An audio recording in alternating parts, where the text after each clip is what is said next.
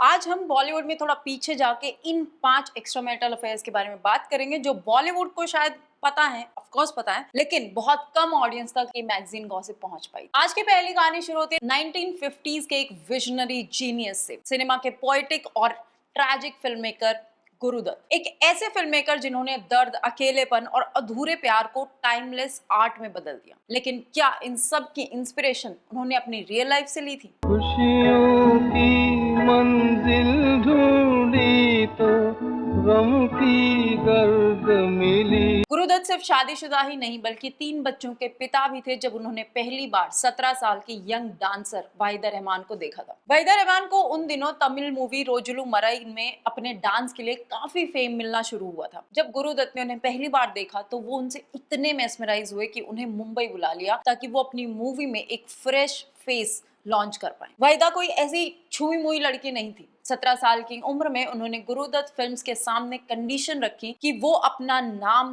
नहीं बदलेंगी और कपड़े अपनी मर्जी के पहनेंगी। उसके बाद गुरुदत्त ने उन्हें अपनी फिल्म सीआईडी से लॉन्च किया। ये कहानी है एक मेंटोर और उसके म्यूज की। प्यासा और कागज के फूल जैसी कल्ट क्लासिक बनाते बनाते ये आर्टिस्टिक ऑब्सेशन एक गहरे दबे हुए अफेयर में बदल गया। गुरुदत्त की wife legendary singer Geeta Dutt अपने बच्चों के लिए सब सहती रही, लेकिन उनका घर अंदर से टूट चुका था।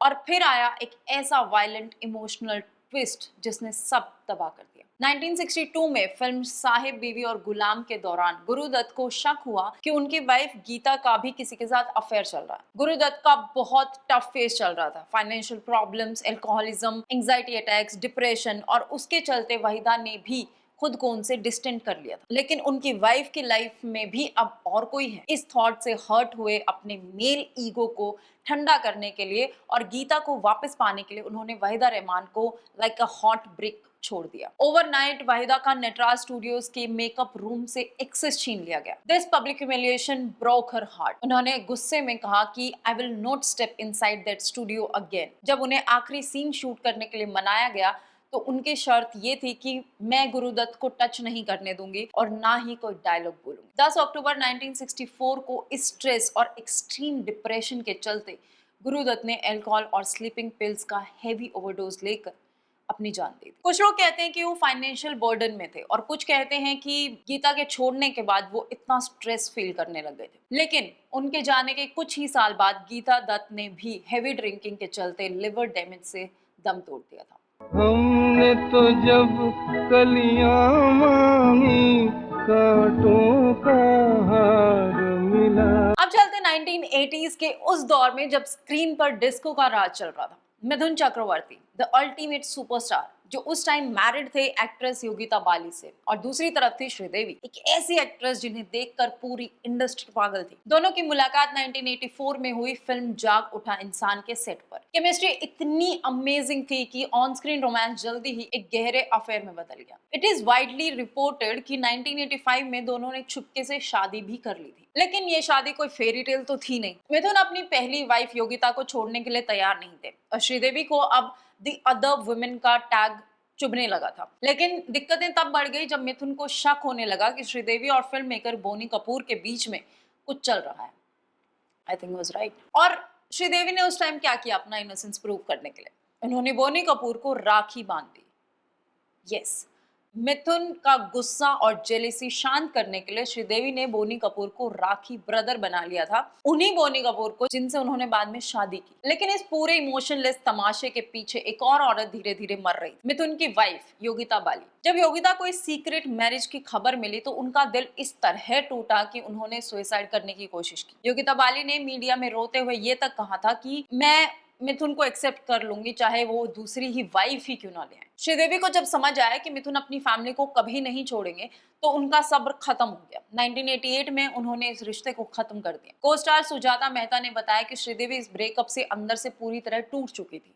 सेट पर वो अकेले कोने में बैठी रहती थी, लेकिन जैसे ही डायरेक्टर बोलते एक्शन तो वो फ्लॉलेसली स्क्रीन पे अपनी प्रेजेंस देती। Behind all the glitter of the superstar there was only a bleeding heart. अगर तुम पर मेरी जिम्मेदारी आ गई तो तुम तो मुझे जमीन पर पांव भी नहीं रखने दोगे। अगर हम बॉलीवुड के सबसे आइडल और डिवोटेड कपल्स की बात करें तो दिलीप कुमार और सायरा बानू का नाम सबसे ऊपर आता है। 1966 में जब दोनों की शादी हुई तो दिलीप साहब 44 के थे और सायरा बानू सिर्फ 22 की। उनका रिश्ता 16 साल तक बेमिसाल रहा, लेकिन 1981-82 में एक ऐसी खबर आई जिसने पूरे देश को शॉक कर दिया। सायरा बानू ने एक सुबह न्यूज़पेपर खोला और उनकी आंखों के सामने जो हेडलाइन थी उसने उनका सब कुछ हिला दिया। दिलीप कुमार ने चुपके से एक पाकिस्तानी औरत आसमा रहमान से दूसरी शादी कर ली। सायरा बानू को इस न्यूज़ पे बिल्कुल भरोसा नहीं हुआ। पहले तो उन्हें लगा कि ये कोई गंदी अफवाह है, रूमर्स है, लेकिन जब सच सामने आया उनका अनशेकेबल ट्रस्ट हमेशा के लिए बिखर गया। लेकिन इस चीटिंग, इस धोखे के पीछे एक बहुत गहरा दुख था, बच्चा ना होने का दुख। सायरा बानू एक बार प्रेग्नेंट हुई थी पर उनका मिसकैरेज हो गया, जिसके बाद वो कभी मां नहीं बन पाई। दिलीप साहब के परिवार और उनकी बहनों ने उन पर दबाव बनाया कि उन्हें एक वारिस चाहिए और उन्हें आसमा से शादी करने के लिए उकसाया। दिलीप साहब और आसमा की मुलाकात हैदराबाद के एक क्रिकेट मैच में हुई थी। दिलीप साहब ने बाद में अपनी autobiography the substance and the shadow में लिखा कि उन्हें फंसाया गया था। आसमा और उनके घर वाले दिलीप साहब का हर जगह पीछा करते थे। उन्होंने लिखा, I was completely unaware of a connivance that was being mischievously perpetuated to draw a commitment from me. लेकिन गलती तो गलती थी। सायरा के आंसुओं ने दिलीप साहब को उनकी गलती रियलाइज करवाई। उन्होंने सायरा से भीख मांगी कि उन्हें थोड़ा वक्त दिया जाए ताकि वो इस ग्रेव मिस्टेक को ठीक कर सके। 2 साल के अंदर 1983 में दिलीप साहब ने आसमा को डिवोर्स दे दिया और सायरा का विश्वास वापस जीतने के लिए उन्होंने एक legally binding letter of commitment sign किया, जिसमें उन्होंने कसम खाई थी कि वो लाइफ में कभी दूसरी शादी के बारे में सोचेंगे भी नहीं। रिश्ता तो बच गया बट ट्रस्ट। छोटी सी उम्र में ही लग गया रो, कहते हैं लोग मैं मर जाऊंगी। स्मिता पाटिल पैरेलल सिनेमा की देवी, एक मशाल जो फेमिनिस्ट मूवमेंट का चेहरा थी, जो पर्दे पर औरतों के हक के लिए लड़ती थी। आदमी की तरह पानी पीने के लिए पहले झुककर हाथ फैलाने पड़ते। लेकिन पैराडॉक्स देखिए, उनकी अपनी रियल लाइफ उनकी आइडियोलॉजी की सबसे बड़ी दुश्मन बन गई। क्या है, औरतों का जो रूप बनाया गया है वो इतनी बरसों से बनाया गया है कि कमजोर उसको दिखा के उसको और कमजोर किया जाता है। 1982 में फिल्म भीगी पलके के सेट पर उन्हें प्यार हुआ एक्टर राज बब्बर से, लेकिन एक प्रॉब्लम थी। Raj Babbar was already married to theatre actress Nadira Babbar और उनके बच्चे भी थे। बट फिर स्मिता ने वही किया जो उनके फेमिनिज्म के खिलाफ था। उन्होंने एक मैरिड आदमी से दिसंबर 10, 1981 को एक शांत सेरेमनी में शादी कर ली, जबकि राज ने अपनी पहली वाइफ को लीगली डिवोर्स नहीं दिया था। फेमिनिज्म तब तक अच्छा है जब तक वो आपको सर्व करे। Lack of opportunities elsewhere to meet new people. और आपको जब टफ डिसीजंस लेने हो तो आप भूल जाओ कि आप कितने बड़े मूवमेंट की रिप्रेजेंटेटिव हैं। इसके बाद शुरू हुआ स्मिता का प्राइवेट हेल, जिस मीडिया और जिन फेमिनिस्ट ऑर्गेनाइजेशंस के लिए उन्होंने काम किया था, उन्होंने ही स्मिता को आइसोलेट कर दिया और उन्हें होम ब्रेकर का टैग दे दिया। अरुणा राजे ने बताया कि स्मिता आखिरी दिनों में भयंकर अकेलेपन से गुजर रही थी। अपने इस रिलेशनशिप को सोसाइटी की नजर में वैलिडेट करने के लिए 7 महीने की प्रेग्नेंट स्मिता ने डॉक्टर्स के मना करने के बावजूद करवा चौथ का व्रत रखा, सिर्फ एक सुहागन का स्टेटस पाने के लिए। लेकिन ट्रेजेडीज ने उनका पीछा नहीं छोड़ा।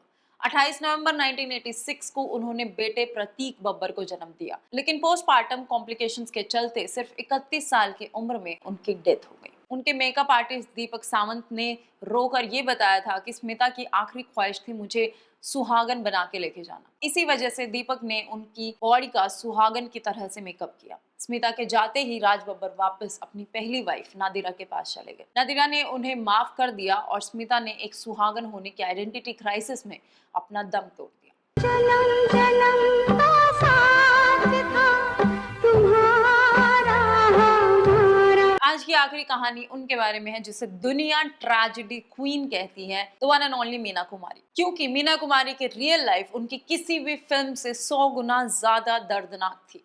उनके हस्बैंड फिल्म मेकर कमल अमरोही उन पर एक सफोकेटिंग कंट्रोल रखते थे। 6 बजते ही कर्फ्यू, मेकअप रूम में किसी मर्द का ना आना जाना और उनके हर कदम पर नजर रखने के लिए स्पाइस लगाना। इन सब से तंग आकर मीना ने घर तो छोड़ दिया पर उनकी जिंदगी में अल्कोहल ने जगह ले ली। तब उनकी जिंदगी में आए एक स्ट्रगलिंग न्यू कमर धर्मेंद्र जी के लिए वो एक महान स्टार थी और मीना के लिए धर्मेंद्र वो इनोसेंट आदमी थे जो उन्हें मील टिकट नहीं समझते थे। मीना हर फिल्म मेकर के सामने धर्मेंद्र जी को रेकमेंड करती थी ताकि वो उनके साथ ज्यादा काम कर सकें और धर्मेंद्र एक बड़े स्टार बन सके। कमल अमरोही के साथ साथ जब सबको इस अफेयर के बारे में पता लग गया था तो कमल अमरोही ने धर्मेंद्र जी को डिमीन करने के लिए रजिया सुल्तान में एक स्लेव का कैरेक्टर दिया। कमल smeared his face with mud and forced him to film under the blazing sun। Nargis ने अपने लेटर में लिखा था कि मीना ने अगर किसी से सबसे पैशनेटली और दीवानों की तरह प्यार किया है तो वो धर्मेंद्र जी थे, लेकिन एक मिसअंडरस्टैंडिंग ने उन्हें अलग कर दिया और धर्मेंद्र जी के जाने के बाद मीना ने खुद को पूरी तरह मौत के हवाले कर दिया। उनका लिवर सिरोसिस इस लेवल तक बढ़ गया था कि जब 31 मार्च 1972 को सिर्फ 38 साल की उम्र में उनकी डेथ हुई, उनके परिवार के पास हॉस्पिटल के 3500 रुपए का बिल भरने के पैसे नहीं थे। उनके डॉक्टर ने खुद वो बिल भरा ताकि उनकी बॉडी को घर ले जाया जा सके। उनके डेथ पर उनके सबसे करीबी दोस्त नरगिस ने एक ओपन लेटर लिखा था जो आज भी सबको गूज़बम्स देता है। मौत मुबारक हो मीना, आज तुम्हारी बाजी तुम्हें तुम्हारी मौत पर बधाई देती है और कहती है कि इस दुनिया में दोबारा कदम मत रखना, ये जगह तुम जैसे लोगों के लिए नहीं है। आज के वीडियो के लिए इतना ही, मिलते हैं अगले ऐसे किसी वीडियो में, तब तक के लिए